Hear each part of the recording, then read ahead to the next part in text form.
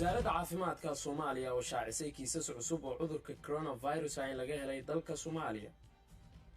dowladda Soomaaliya oo dowladda Qatar ka gudoontay agab looga hortagayo cudurka COVID-19. eedeymo la xiriira musuqmaasuq loo haysto mas'uuliyiin iyo shaqaale ka tirsan wasaaradda caafimaadka dalka oo la soo gabagabiyay.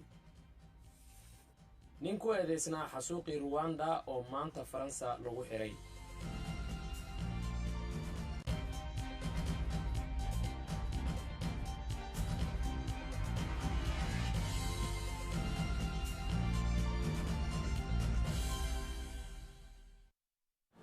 daawadayaal intii hore aad daawateen waa qodobada warkeena habeenimo ee telefishinka qaranka Soomaaliyeed idiin hayay xilligan iyo wixii ka dambeeyana u diyaar garooba warkii oo dhameystiran oo ay idin la socodsiiyo anigoo ah Cabbaas Maxamed Nuur. wasaaradda caafimaadka xukuumadda federaalka Soomaaliya ayaa shaacisay inay jiraan kiisas cusub oo hor leh oo quseeya cudurka coronavirus.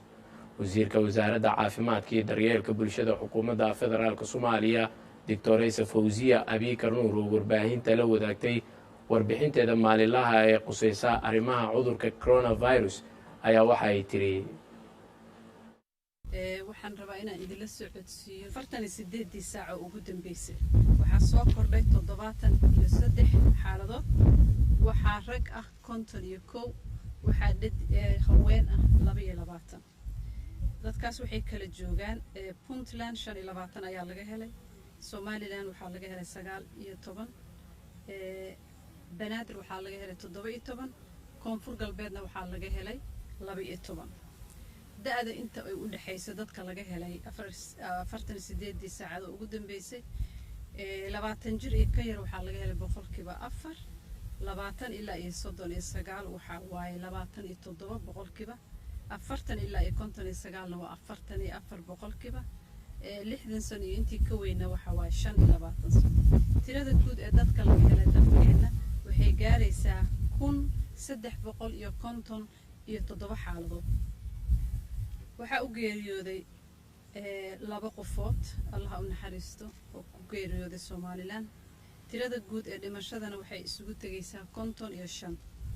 waxa ka bogsatay 13 qofood tirada guud ee dadka bogsoodayna waxay tagaysaa 148 ku celinayna mar kale in cudurkan la xakameeyo ay muhiim tahay in la dhowrsado la kala dhowrsado inaanan la salaamin in gacmaha iyo nadaafadda guud dhaqida lagu dadaalo in meelaha ciriiriga la iska haayo in qofka markuu banaanka u baxayo uu baxo hadii uu ka maarmi waayo markuu baxayo uu isticmaalo af xirka ama mask waxa loo yaqaan muhiim ay tahay in laga ilaaliyo cudurka calaamadaha markii la arko qof qabo ama reerka la degan in isla markiiba uu raadsado kaalmo caafimaad dhaqaatiirta iyo wasaaradda caafimaadka calaamadaha ay bixisay waxa jira nambaro loogu talagalay oo free ah oo qofka wacan karo macluumaadkii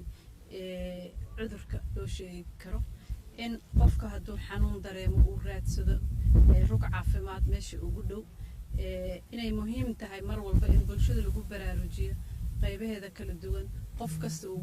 waajib ka saaran yahay naftiisa waalidkiisa walaalihiis iyo bulshada inta kale cudurkan in la xakameeyo aad muhiim u tahay waa cudur aan daawo lahayn in qofka la kaalmeeyo maahe siiba dadka cudurrada raaga qaba ama da'da ah inay xanaano gaar u baahan yihiin in qof walba oo bulshada ka mid ay mas'uuliyad ka saaran tahay inuu ilaaliyo cudurkaasi uu faafo ilaahay waxaan ka baryaynaa dhibkiisa iyo afadiisa inuu naga haayo ramadaanka fadligiisana uu nagu cafiyo oo ilaahay noogu naxariisto wassalaamu calaykum waraxmatullaahi wabarakaatu. dowladda Soomaaliya ayaa ka gudoontay dowladda Qatar agab looga hortagayo cudurka COVID-19. Mawlid Maxamed Sabriye ayaa faahfaahinaya.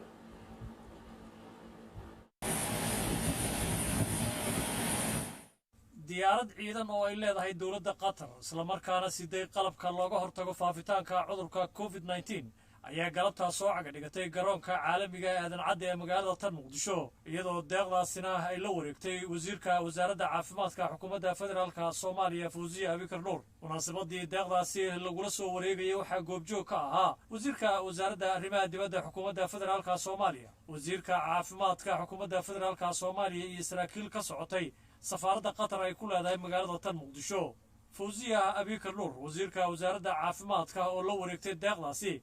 ayaa dowladda qatar uga mahad celisay kaalmadan oo ay tilmaantay in ay ku soo aaday wakhtigii loo baahnaa. waxaan u joognaa maanta airportka aadan cadde international airport macaawinad inaan qaabilno macaawinad ka timid dowladda qatar ee walaalaha aan nahay macaawinadaasoo loogu talagalay waxyaalaha loogu hortago cudurka covid ee kala duwan. waxaan rabaa inaan u mahad celiyo walaalaheen qatar macaawinaday nala soo gaareen waxaana sii filaynaa insha allahu tacaala meeshooda inay ka sii wado oo maaragtay ay shacabka soomaaliyeed ugu gurmadaan si maaragtay waafi ah waa dad walaalo ah saaxiibo dhow ah marka waxaan ugu mahad celinaynaa mar walba macaawinaday nala garab taagan yihiin iyo siday noogu soo gurmadaan. deeqdan ka timid dowladda qatar ayaa qayb ka qaadanaysa dadaalada ay dowladda federaalka soomaaliya ugu jirto sidii loogu hortegi lahaa faafitaanka cudurka covid-19. mawlid maxamed sabriye warbaahinta qaranka muqdisho. eedeymo la xiriira musuq maasuq islamarkaana loo haysto mas-uuliyiin iyo weliba shaqaale ka tirsan wasaaradda caafimaadka xukuumadda federaalka soomaaliya ayaa lasoo gebagabeeyey. shucayb maxamed cali ayaa qodob wareedkan noo sii hambaqaaday. si loo ilaaliyo ammaanada shacabka loogana hortago ku takrifalka awoodda nidaamka dowladnimadu huwiyey kuwa loo idmaday u adeegidda ummadda ayuu xafiiska xiriirlaaliyaha guud ee qaranka oo kaashanaya hantidhowrka iyo hay-adaha kale ee cadaaladda dalka ka howlgalay eedeymo musuq maasuq iyo waxisdabamarin la xidhiira oo laga soo gudbiyey wasaaradda caafimaadka iyo daryeelka bulshada xukuumadda soomaaliya. xiriirlaaliyaha guud ee qaranka doctor suleymaan maxamed maxamuud oo faahfaahiyey marxaladaha ay soo mareen eedeymahanka dhanka ah mas-uuliyiinta iyo shaqaalaha dowladeed ee ka tirsan wasaaradda caafimaadka ayaa sheegay in xafiisku xiriirlaalintu eebiyey baarista eedeymahan loona hayo caddeymo ku filan islamarkaana loo gudbiyey maxkamadda awoodda u leh ka garnaqidda dacwaddan oo laga sugayo muddaynta wakhtiga loo fadhiisanayo garmaqalkeeda. xafiiska xiriirlaaliyaha guud ee qaranku wuxuu uu gacanta ku hayaa kiis musuq maasuq ah oo markii hore ka bilowday wasaaradda caafimaadka iyo daryeelka bulshada kadibna ku fiday wasaarado kale iyo hay-ado dowladeed oo qaybtood si toosa ugu lug leeyihiin qaybta kaleetana ay si dadban ugu lug leeyihiin musuq maasuqaas. xafiisku waxa uu sameeyey baaris mug leh oo qoto dheer oo la xiriirsan kiiskan isaga oo kaashanaya hantidhowraha guud ee qaranka. waxa uuna gacanta ku hayaa caddeymo dhammaystiran oo ay ku jiraan jeegag rasiidyo iyo boonooyin lacageed heshiisyo loo samaystay in lagu musuq maasuqo iyo caddeymo kale. waxa uu xafiiska u soo xiray kiiskan dad 20 qof ah oo ay ka mid yihiin agaasimayaal waaxeedo iyo mid guud madaxda barnaamijyada iyo mashaariicda ay wada wasaaradda caafimaadka la taliyayaal madaxda shirkado gaar loo leeyahay oo la shaqeeya wasaaradda caafimaadka ganacsato iyo shaqaale iyo howlwadeeno kala duwan oo ka shaqeeya wasaaradda caafimaadka iyo hay-adaha kale ee dowladda. waxa uu sidoo kaleeto xafiisku xayiraad iyo fatashaad ku sameeyey akoono kala duwan oo ay leeyihiin eedeysanayaasha iyo shirkado lala xiriirinayo in ay qeyb ka yihiin musuq maasuqaas. xafiiska xiriirlaaliyaha guud ee qaranku waxa uu soo gabagabeeyey baaris qoto dheer oo la xiriirsan kiiskan musuq maasuqa ee wasaaradda caafimaadka waxauna u gudbiyey maxkamadda awoodda u leh iyada oo la sugay in maxkamaddu soo mudeyso si kiiskaas loo dhageysto.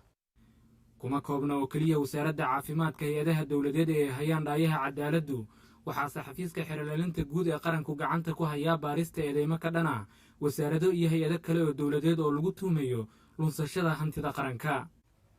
xafiiska xiriirlaaliyaha guud ee qaranku wuxuu sidoo kaleeto baaris ku wadaa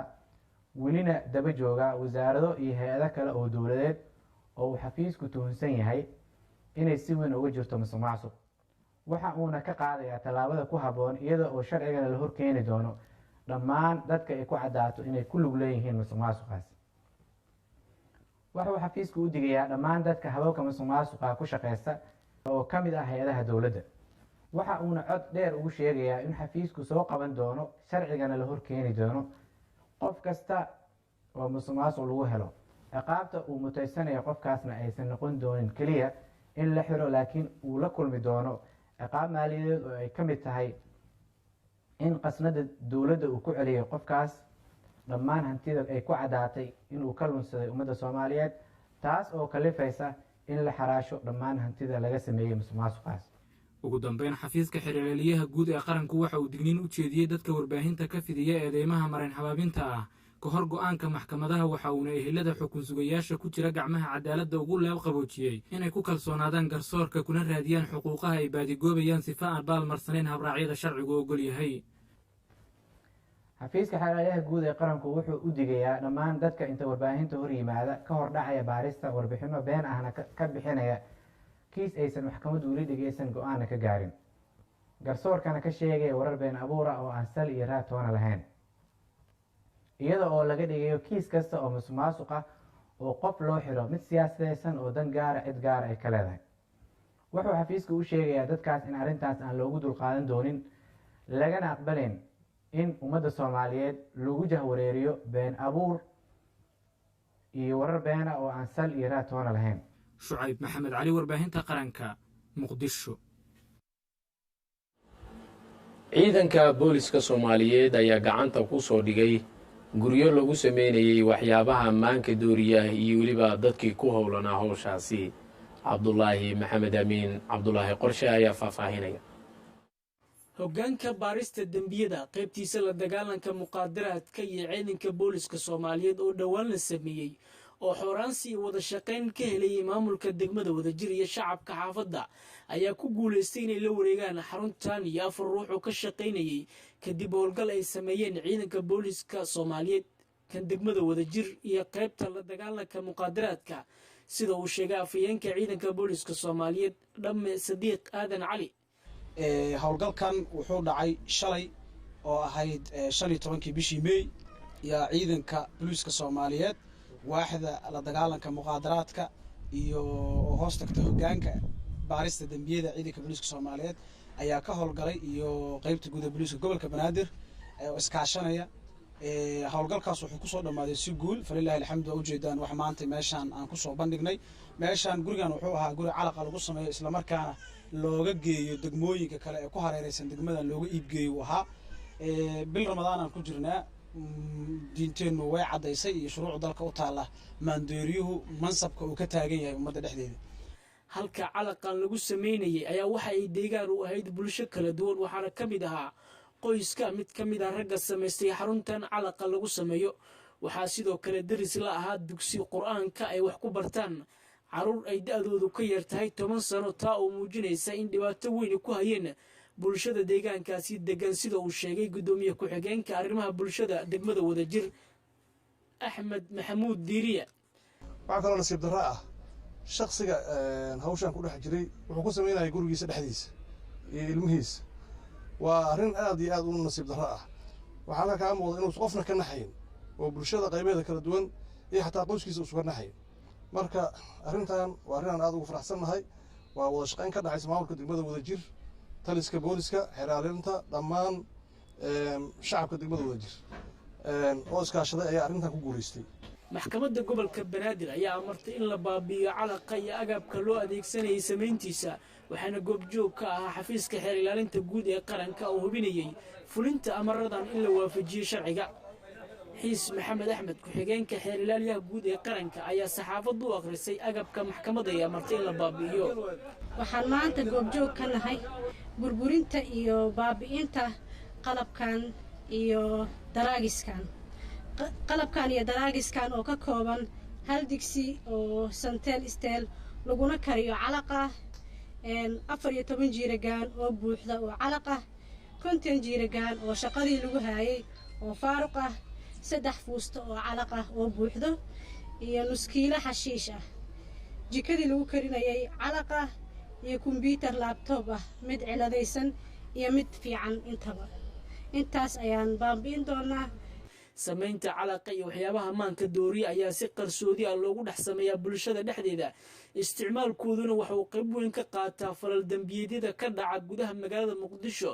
taliska booliska Soomaaliyeed ayaa digniin u diray dadka ku howlan arrimaha noocan oo kala ah.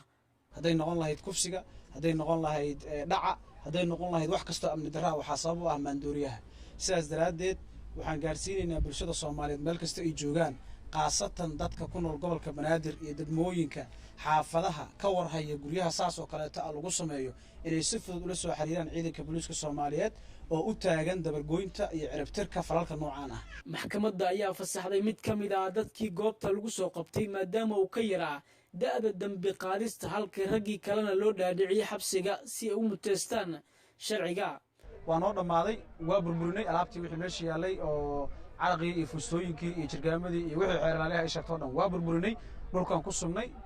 waa la daadiyey waa la cirib tiray si mar dambe aan loo isticmaalin. exhibitka waxaa ka mid ah dugsiyadii wax lagu gubaya iyagana waxaan ku wareejinaynaa hay'adda baarista dambiyada ee waaxda dagaalanka muqaadaraadka olba soo wareejisay hay'addan ku wareejinaynaa. waxaa kaloo xusid mudan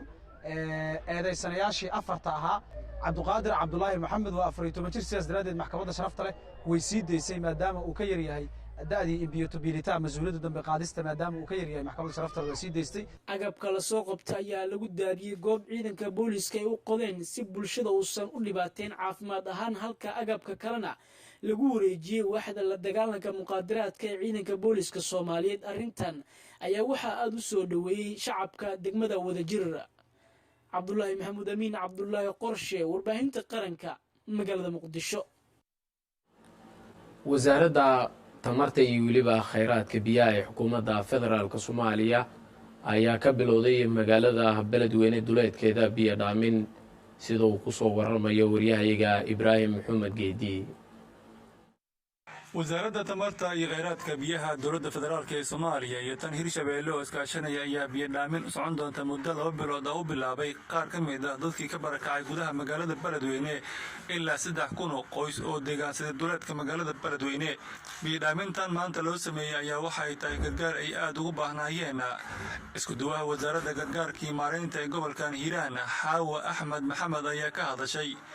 waxaa leeyahay waad ku mahadsantihiin 3,030 midna kuma filna dadka degan ceel jaalle laakiin waa arrin fiican oo bilaaw ah waad ku mahadsantihiin aan leeyahay. sidoo kale waxaa ka hadlay Caawil Maxamed Jibriil isku duwaha wasaaradda biyaha iyo tamarta ee gobolkan Hiiraan ayaa sheegay inay u taagan yihiin gargaarka dadka shacabka ah. maanta waxaan ka soo aan daafuraynaa biyo dhaamin ay soo wakiishteen wasaaradda federaalka Soomaaliya iyo Hirshabeelle ay ka kaashadeen biyo dhaamintaas oo socon doonto 60 cisho waxaana ka faa'iideysanayo 3,000 oo qoys. waxaan leeyahay aad ay u mahadsan laba wasaaradaha aan kor ku soo xusay. waxaan wax kaloo mar koowaad iyo marka labaad u mahad celinayaa oo labada wasaaradood waxaa ka taakuleeyay fankaas hay'adda caalamiga UNICEF oo markastoo xaaladda emergency-ga ee macnaha ka jirto magaalada Beledweyne ee talaabo lixaad u socdo waayo emergency-ga marka dhaco waxaa ka jawaabo waa macnaha hay'adda caalamiga oo ka taakulaysa labada wasaaradood aan kor ku soo xusay aad ay u mahad celinaya UNICEF. anigoo marka fursadan qaaliga ka faa'iideysanayo waxaan leeyahay wasaaradaha aan kor ku soo xusay haddii ay maanta dadka ay laabtaan ee magaalada ku laabtaan waxay u baahan yihiin biyo dhaamin. qaar ka mid ah dadkii ka faa'iideystay biyo dhaamintan ayaa ka hadlay dhankooda. si mutadawacnimo ah oo dowladnimo ay noo soo gaarsiiyeen biyahaas waxay noo sheegeen in 2 bilood ay soconayaan waxa dhiman inay ummadda siday u galab taagan yihiin inta dhiman u dhammaystiraanna waa ka codsanayaa dowladda Hirshabeelle iyo UNICEF aanu mahad celinaynaa oo biyana soo gaarsiiyey 2 bilood soconaya. waxaan kuu sheegaa biyahaas wayna soo gaareen iyo dowladda federaalka iyo dowladda Hirshabeelle. dhinaca kale weli waxaa jira khatarta biyaha iyo halka la marayo waddada isku xirta magaalada iyo duleedkeeda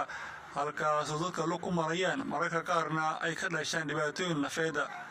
saacadii lasoo dhaafay ilaa 4 qof ayay daadadku ay qaadeen kuwaasoo la soo badbaadiyey. Ibraahim Maxamed Geedi, warbaahinta qaranka, Beledweyne. deegaanka Awdile oo ka tirsan gobolka Baay ayaa laga dareemayaa horumaro badan oo dhinaca ganacsiga ah sida uu ku soo waramayo waryahayaga Siraaji Sheekh Isxaaq. deegaanka Awdile waxa ilaa 30 kilomitir dhanka waqooyi uu kaga beegan yahay magaalada Baydhabo ee xarunta ku meel gaarka maamulka Koonfur Galbeed waxaana u dhaxeeya degmooyinka Bardaale iyo Baydhabo. deegaanka Awdile oo ka mid ah deegaanada ay ka arrimiso dowladda federaalka Soomaaliya ayaa xilligan waxaa ka soconaya horumaro aad u fara badan oo ganacsiga ugu horeeyo. horumaradaasi oo ay keeneen ciidamada amniga oo ku guuleystay sugidda amniga deegaanada Koonfur Galbeed gaar ahaan deegaanka Awdile iyo deegaanada hoos imaanaya taasoo ganacsatada iyo dadka deegaankaba ku dhiirigelisay inay ka qayb qaataan quruxda deegaankooda. awaamiir ay soo saareen maamulka deegaanka Awdile ee lagu burburinayo guryada sharci darrada iyo kuwa cooshishka ka samaysan isla markaasina lagu banaynayo wadooyinka ayaa waxay ka qayb qaateen quruxda deegaanka. Awdile oo horumaro fara badan ay ka socdaan ayaa haddana waxaa ka jira baahiyo aad u fara badan. Awdile ma lahan iskuul ay wax ku bartaan dadka deegaanka iyo isbitaal toona balse waxaa jira isbeddel xilligan laga hirgelinayo deegaanka oo ay dhisayaan dadka deegaanka oo is-abaabulay gudoomiyaha deegaanka awdiinle ibraahim maxamed nuur kalaay ayaa sheegay in horumaradan faraha badan ee xilligan ka socda deegaanka awdiinle ay sabab u yihiin amniga oo ay ku guulaysteen isagoona sheegay waddada xiriirisa magaalada baydhabo iyo deegaanka awdiinle inay tahay waddooyinka ugu amniga wanaagsan ee ka jira koonfur galbeed marka hore way kalena horta siraaja dhawaaw awdiina ka dhawaaw degmada awdiina ka dhawaaw meel nabadaha ka dhawaaw tan kale waliba waa muddo hal sano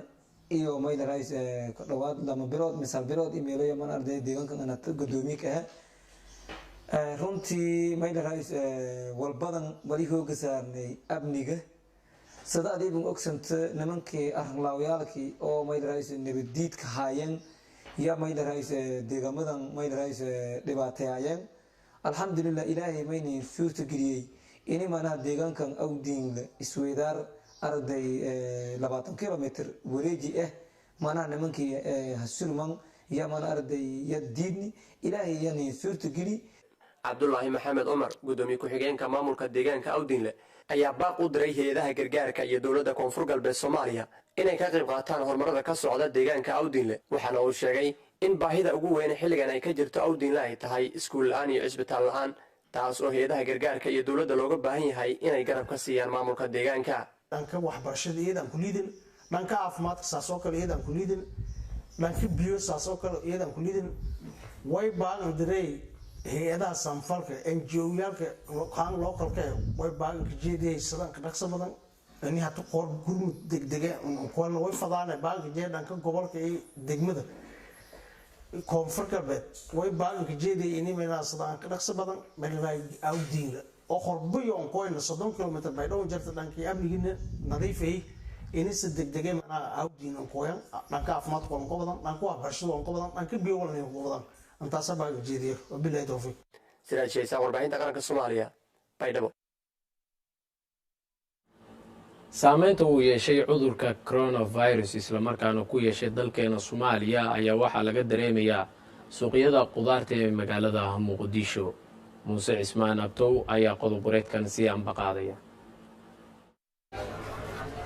iyadoo ay kordhayso faafidda cudurka covid-19 coronavirus isla markaana ay u geeriyoodeen dad aad u fara badan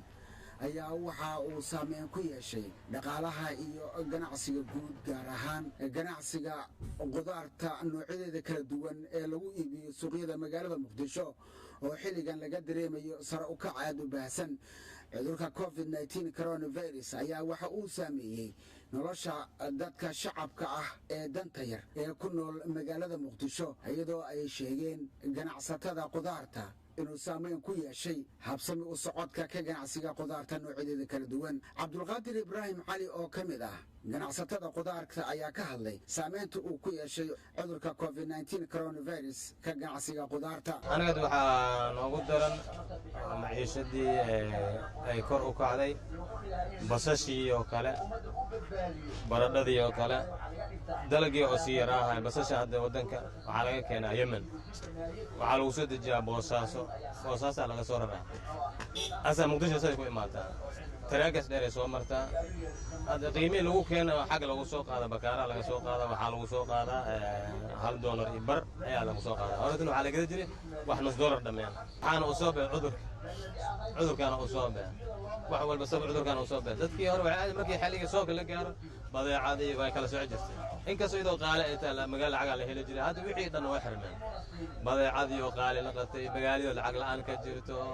waa shidadaas cudurkeena u soo waxaas oo dhan ma waxaan horta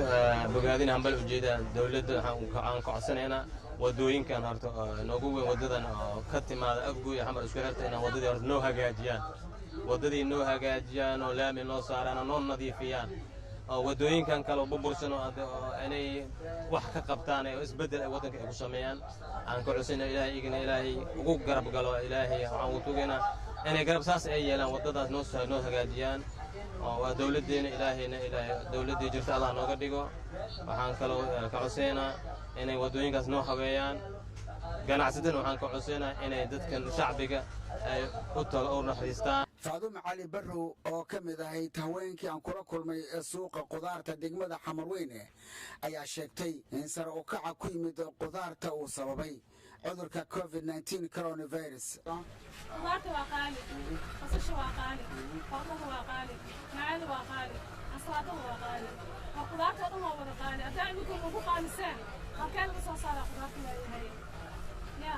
qudaarta waa qaali. dadka lacag iskama haystaan.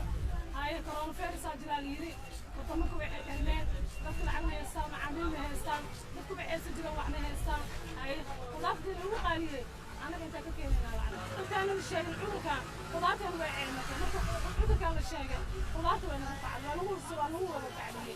Muuse Cusmaan Abtow, telefishinka qaranka Soomaaliyeed, Muqdisho. munaasabad lagu xuseeyey maalinta dhalinyarada Soomaaliyeed oo ku beegan 15 May ayaa waxaa lagu qabtay magaalada Gaalkacyo ee xarunta gobolka Mudug. wakiil wareedka warbaahinta qaranka ee halkaasi Cabdirasaaq Maxamed Axmed ayaa si anbaqaaday warkan. xuska munaasabadda 77 sano guurada ka soo wareegtay aasaaskii ururka gobonnimadoonka Soomaaliyeed ee SYL oo ahayd mid kooban ayaa xalay lagu qabtay magaalada Gaalkacyo ee xarunta gobolka Mudug. munaasabadan ay soo qaban qaabisay wasaaradda dhalinyarada iyo cayaaraha Galmudug isla markaana ahayd mid ka duwan munaasabadii horey loo qaban jiray ayaa waxaa ka qayb galay mas'uuliyiin iyo xubno ka socday ururada dhalinyarada gobolka ee degmada Gaalkacyo. gudoomiye ku-xigeenka degmada Gaalkacyo Cabdiraxmaan Maxamed Axmed oo ugu horeyn ka hadlay madasha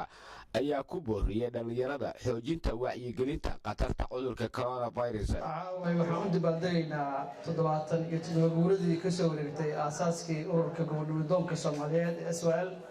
waxaan leenahay dhammaan dhalinyarada Soomaaliyeed meel walba ay joogaan hambalyo. dalkeena hadda waxaa ka jira dhibaatooyinka caalamka oo dhan ka jira cudurka coronavirus. waxaan ugu baaqayaa dhammaan dhalinyarada inay ka qayb qaataan sidii looga hortagi lahaa. waa dhibaato weyn oo dunida ku soo korortay waaye dalkeenuna waa u nugul yahay xaaladahaas. marka waxaan ugu baaqayaa dhalinyarada inay ka qayb qaataan sidii looga hortagi lahaa. munaasabadan oo sidoo kale ay ka hadleen xubno ka socday ururada dhalinyarada ayaa waxaa gudaaraadkii khudbad ka jeediyey agaasimaha guud ee wasaaradda dhalinyarada iyo cayaaraha Galmudug Cumar Cabdi Maxamed oo isna dhalinyarada ku booriyay ka shaqaynta laba arrimood oo muhiim ah xilligan dalka. maantay sanadkan Gaalkacyo kaliya laga xusayaa sababtuna waxa ay tahay cudurkan halista ah ee runtii saameeyay adduunka. waxaa loo baahan yahay dhalinyarada cudurkan runtii saameyn badan ku haya waana runtii dadka ugu badan oo cudurkaani uu ku dhex faafi karo maadaama ay dadka ugu badan yihiin. waxaa looga baahan yahay dhalinyarada inay muujiyaan taxaddar badan. waxaa looga baahan yahay inay raacaan fariimaha caafimaadka noocyadiisa kala duwan. waxaa looga baahan yahay cid kasta oo dhalinyaro ah oo runtii aan lahayn markaas arrin muhiim ah inay gurigeeda joogto si uu naftiisana u badbaadiyo nafta reerkiisana u badbaadiyo. sidoo kale waxaa loo baahan yahay dhalinyarada musiibooyin badanaa jira oo ay ka mid tahay fatahaad iyo dad runtii uu saameyn badan ku yeeshay roobabkii da'ayay. ayadana waxaa looga baahan yahay dhalinyarada inay isku gurmadaan dadka maskiinta caawiyaan isgarab istaagaan. Cabdirasaaq Maxamed Axmed, warbaahinta qaranka Soomaaliya, Gaalkacyo. shirkad soo saarta weji xirka looga gashaanto cudurka safmarka ee COVID-19 ayaa waxa ay shaqaaleysiisay dhalinyaro Soomaaliyeed oo ku sugan magaalada Muqdisho. Maxamed Muuse Tarsan ayaa faahfaahinaya.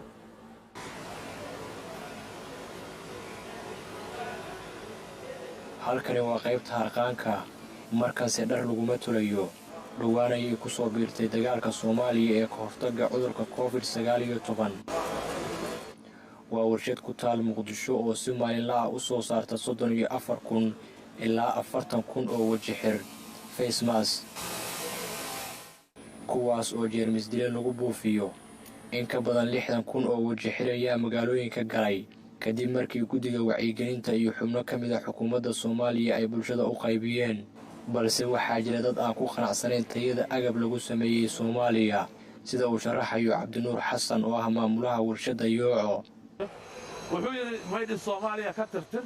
ka bacdina suuq fiican baad helaysaa. waxaan ku leeyahay lacagtaasan uu midaan u baahanahay maaha. marka dadku waa bahadilan yihiin ganacsadayaasha especially waxay relying ku yihiin maaragtay system kale marka anigu waxaan dhihi lahaa fikir ahaan dadka ganacsadayaashaahu waa dhibaatada dalka ka jirtay qayb ka yihiin in shaqa la'aan dhacdo shaqadii la abuuri waayo daray qayb la yidhaahdo yooca face mask oo samaysa bahalkan hadda aanu xidhannahay bahalkani internationally waa kan laga isticmaalo oo face maskiga la isticmaalo oo ka samaysan materialka non wovenka la dhaho wuxuu u samaysan yahay 2 xabo isa saaran waa la testigareeyey installation baa lagu sameeyey oo bakteeriyada waad arki doontaa qolkan ayaa loogaga dilay processkaasu soo maraa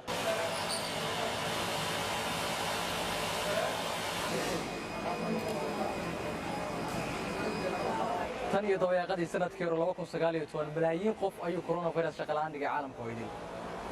balse dhallinyaradan iyo kooxo kale shaqo abuur ayuu u noqday coronavirus sababtoo ah halkan oo aysan ka shaqayn jirin ayay markan ka hawlgalayaan waxayna soo saarayaan maaska sanka lagu xirto ama gafoorka kan lagu xirto ee maaska loo yaqaano subaxii ilaa goor dambe oo habeenkii ah ayay koox u shaqeeyaan dhallinyaro 100 gaaraya oo la hawlgeliyey intii coronavirus Soomaaliya ka bilowday markii horese camal la'aan ku ahaa caasimadda shaqadan aniga aan hayno waxay noogu fududaatay waa ilaahay maadiisa shirkaddan iyo face mask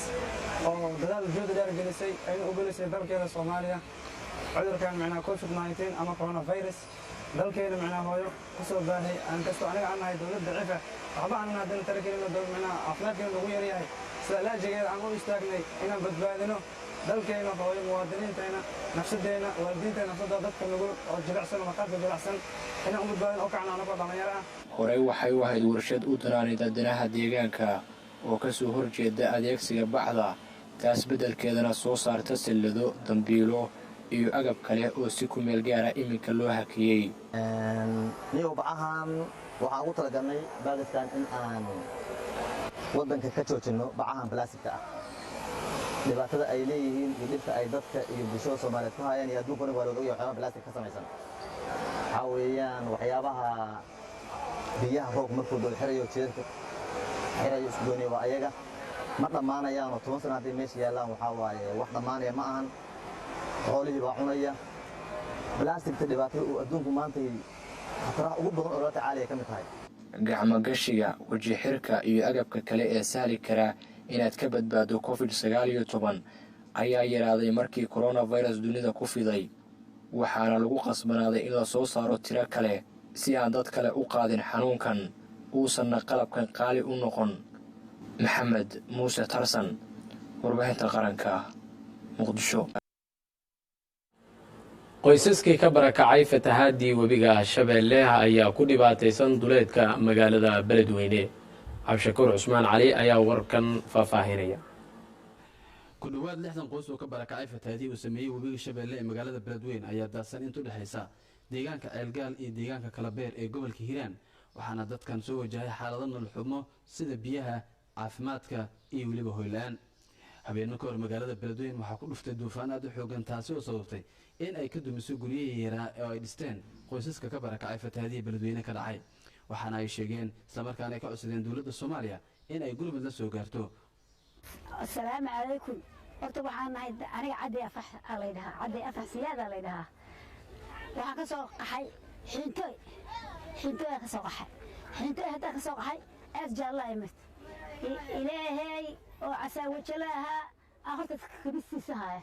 laakiin annaka wax islaamnimo nagu daray hatay ma jirto biyaha hatay $2 oo islaam si aan ku shubannaa ma noo shubo baad iska dhaafa biyaha hatay ma helin orax waan haysaa roob waan hayaa duufaan waan haysaa dhibaataan haysa ilmihi dhulka wada yaalin daawo ma helin daryeel ma helin alxamdulillah waan walaalahayna kuwa ku dhex noolnahay marka wax daawo hana la soo gaaro waxa cunahana la soo gaaro daryeel hana la soo gaaro hoos hana la soo gaaro muslimiintu ha noo kacdo waxyaalo noo geystay alaabta waa naga buubeen hata cunugir waa buubiyeen ilaahay aa ka soo dhigay bacyi waa la buubeen haye intaasay noo geysatay intaasna kama bixin karno bidda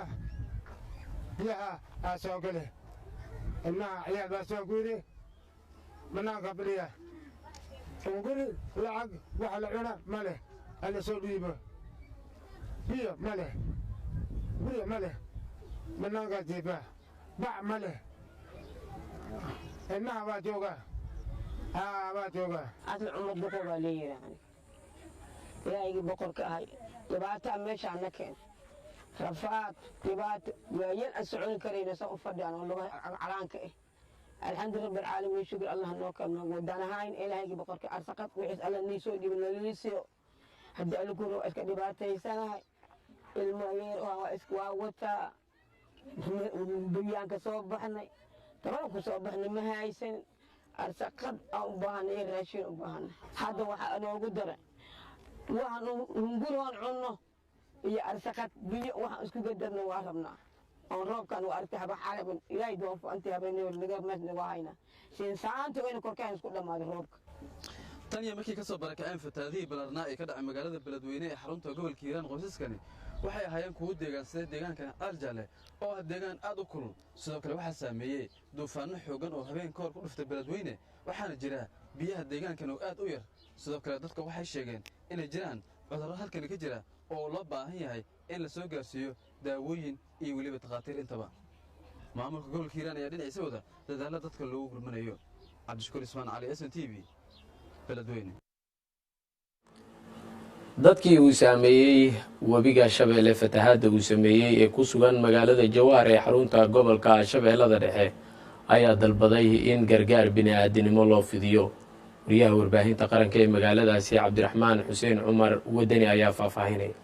tuulada geeda barkaan waxa ay ka mid tahay tuulooyinka hoos yimaada magaalada jowhar ee gobolka shabeellaha dhexe waxaana qaybo ka mid ah tuulada si aad ah u saameeyey fatahaad ka timid biyaha webiga shabeelle iyadoona dadka ku nool tuulada ay codsadeen in la geersiiyo gargaar bini'aadanimo maadaama dadkaasi ay ahaayeen dad markoodii hore beera tacbataha islamarkaana tacabkoodii ay xaalufiyeen biyaha webiga shabeelle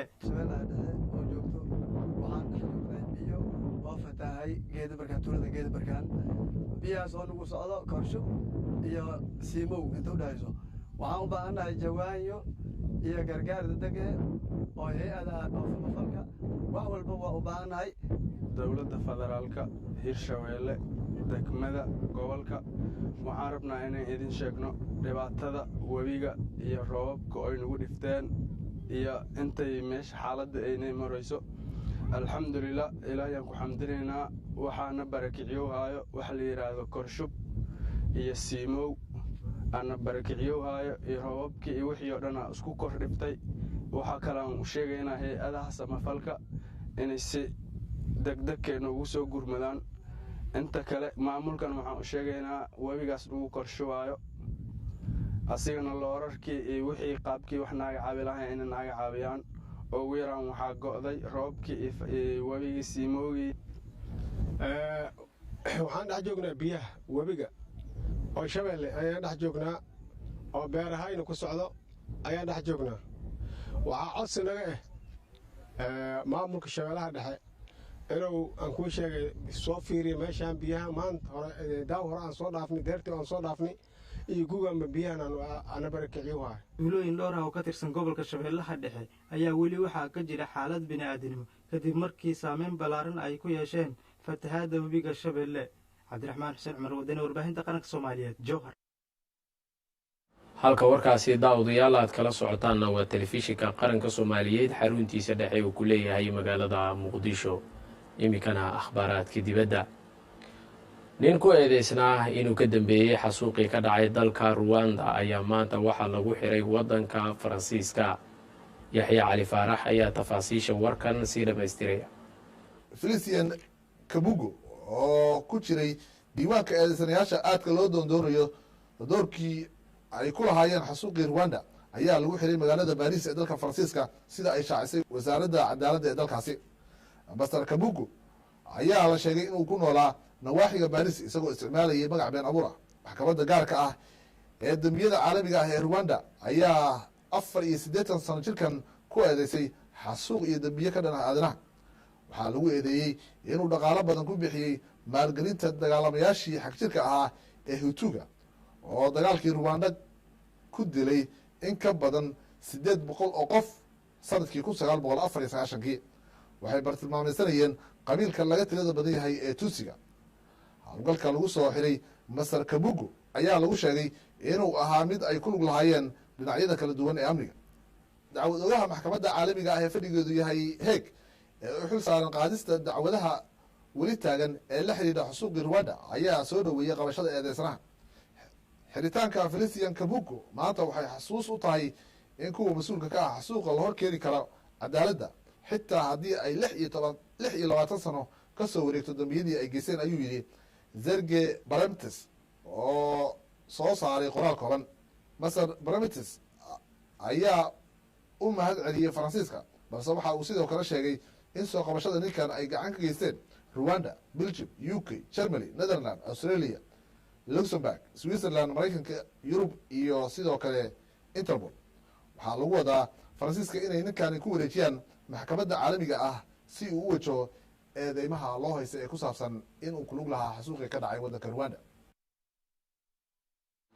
guud ahaan daawadayaal warkii habeennimo oo aad kala socoteen telefishinka qaranka soomaaliyeed ayaa intaasi ku dhan warkan intuu socday waxaa idinla socodsiinaya anigoo cabaas maxamed nuura warkan warka xiga intaanu ku kulmi doonno nabadgelyo ramadaan kariim